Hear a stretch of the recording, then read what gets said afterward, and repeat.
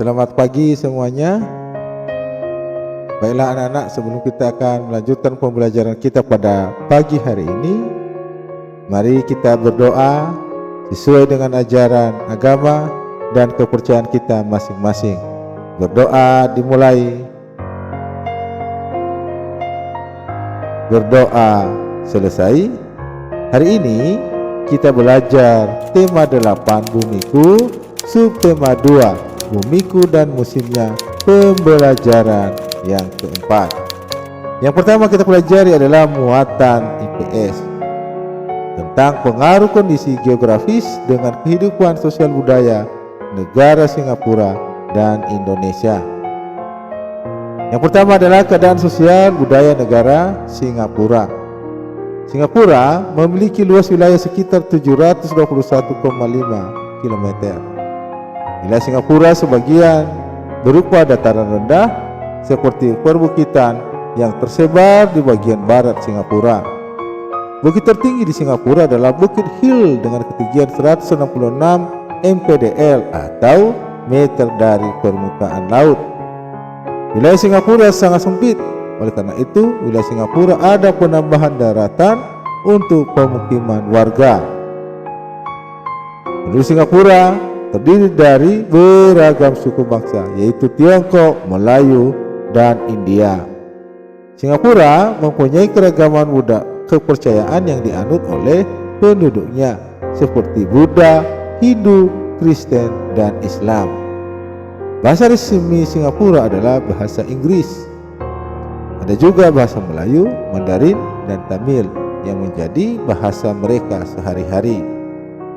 Nah, ini anak-anak peta Singapura. Kalau kurang jelas pada gambar ini, silakan anak-anak melihat pada peta atau atlas yang ada di rumah masing-masing atau di buku masing-masing. Sekarang kita masuk ke keadaan sosial budaya Indonesia. Indonesia memiliki kondisi geografis yang dengan wilayah yang luas berupa kepulauan.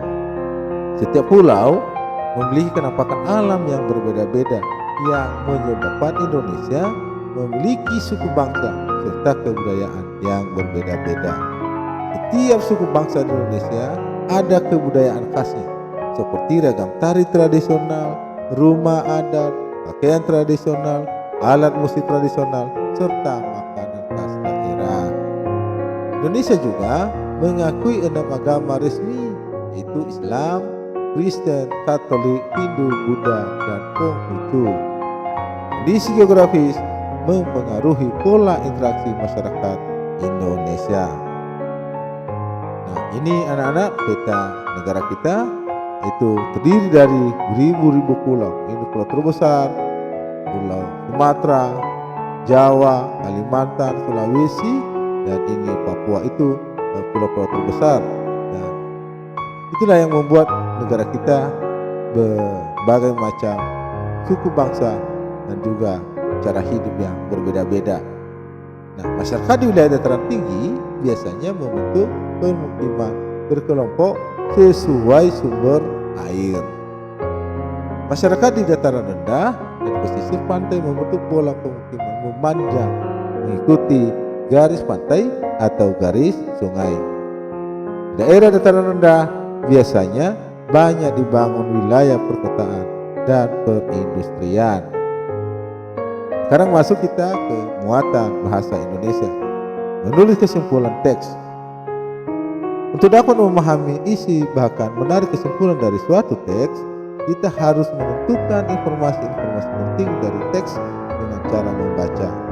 Dan itu kita dapat menyimpulkan suatu teks. Kumpulan adalah inti informasi dari teks yang ditulis dengan ringkas dan diperoleh menggunakan penalaran. Beberapa hal yang dilakukan untuk membuat kesimpulan isi teks. Pertama, membaca keseluruhan teks. Kedua, buatlah kesimpulan dari gagasan utama yang ditemukan. Nah, anak-anak, ini contohnya, bacalah teks berikut dengan cermat. Brunei Darussalam memiliki indeks pembangunan manusia tertinggi kedua di Asia Tenggara setelah Singapura. sehingga diklasifikasi sebagai negara maju. Menurut Dana Moneter Internasional, Brunei memiliki produk domestik bruto per kapita terbesar kelima di dunia dalam keseimbangan kemampuan berbelanja. Sementara itu, di Forbes menempati Brunei sebagai negara terkaya kelima dari 182 negara karena memiliki ladang minyak bumi, gas alam yang luas. Itu, Brunei juga terkenal dengan kemakmuran dan ketegasan dalam melaksanakan syariat Islam, baik dalam bidang pemerintahan maupun kehidupan bermasyarakat. Nah, dari teks ini anak-anak, mari kita tulis kesimpulan dari teks tersebut. Ya, tulislah kesimpulan dari teks tersebut. Nah, sekarang Bapak coba membuatnya seperti ini. Brunei Darussalam merupakan negara maju kedua di Asia Tenggara karena memiliki kekayaan alam dan sistem pembangunan yang baik. Jadi itu kesimpulan dari paragraf atau dari teks yang sudah kita baca. Sekarang kita masuk ke muatan PPKN. Hak dan kewajiban warga negara untuk hidup layak. Setiap warga negara di Indonesia berhak untuk hidup dengan layak. Hal tersebut tercantum dalam Undang-Undang Dasar Negara Republik Indonesia tahun 1945 pasal 27 ayatnya yang kedua, yang berbunyi tiap-tiap warga negara berhak atas pekerjaan dan penghidupan yang layak bagi kemanusiaan. Isi pasal tersebut juga bermakna bahwa setiap warga negara yang ingin hidup secara layak wajib berusaha untuk mencapai tujuan tersebut. Negara memiliki kewajiban yang menyediakan lapangan pekerjaan bagi warga negaranya, sedangkan warga negara berkewajiban untuk berusaha dengan bekerja sebagai bentuk dari tanggung jawab terhadap diri sendiri. Perwujudan sikap tanggung jawab dapat kita lihat di sekitar kita dalam kehidupan sehari-hari. Sikap seorang kepala rumah tangga atau bapak atau ayah yang mencari nafkah untuk keluarganya, atau seorang pemuda yang berjualan untuk memenuhi kebutuhan sehari-hari merupakan bentuk sikap tanggung jawab. Nah, demikian anak-anak yang bisa Bapak sampaikan, dan ini kita ada tugas seperti biasa, kerjakan, pahami, dan bacalah halaman 76 sampai 81. Kerjakan halaman 77, 78, 79 sampai 80.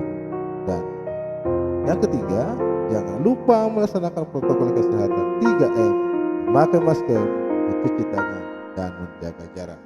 Jika anak-anak pembelajaran kita hari ini kurang lebihnya Bapak minta maaf, dan sebelum kita akan berpisah, mari kita berdoa sesuai dengan ajaran agama dan kepercayaan kita masing-masing. Berdoa dimulai, berdoa selesai, tetap semangat dan pantang menyerah. Sampai bertemu pada pertemuan berikutnya. Ingat pesan ibu, pakai